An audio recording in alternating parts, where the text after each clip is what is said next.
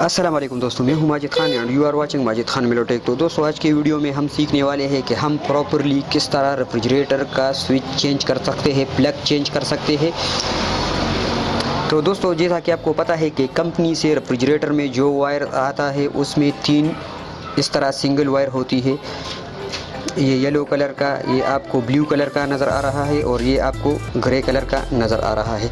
तो दोस्तों, इसमें ये जो येलो कलर आपको नज़र आ रहा है ये इसकी अर्थिंग की वायर है। ये आपको जैसे यहाँ नज़र आ रही है, ये इधर कंप्रेसर से भी टच हुई है नीचे, और ये रेफ्रिजरेटर के बॉडी से भी टच हुई है, और ये ऊपर थर्मोस्टेट से भी टच हुई है। तो ये अर्थिंग की वायर है।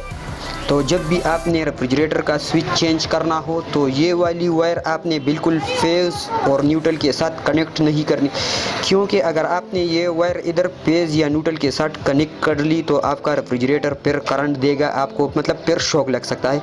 तो आपने इस बात का ख्याल रखना है कि ये येलो वाली वायर आपने बिल्कुल फेज़ या न्यूट्रल के साथ कनेक्ट नहीं करनी।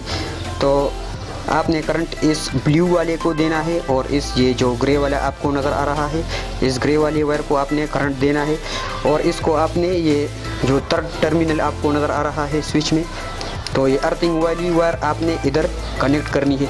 और अगर फर्ज करें आपने अपने रेफ्रिजरेटर के साथ 2 पॉइंट वाला स्विच कनेक्ट करना है, इस तरह का स्विच, तो फिर आपने ये करना होगा कि ये अर्थिंग वाला वायर आपने इधर से कट करके बिल्कुल इसको ख़त्म करना है, और इन दोनों को करंट देना है इन दोनों पॉइंट के साथ। तो इस तरह आपका रेफ्रिजरेटर का स्विच सही तरीके से, ये प्लग जो है ये सही तरीके से चेंज हो जाएगा और आपको तकलीफ़ नहीं होगी। बस आपने ये ख्याल रखना है कि इस वायर को आपने फ्यूज़ न्यूट्रल का करंट नहीं देना है।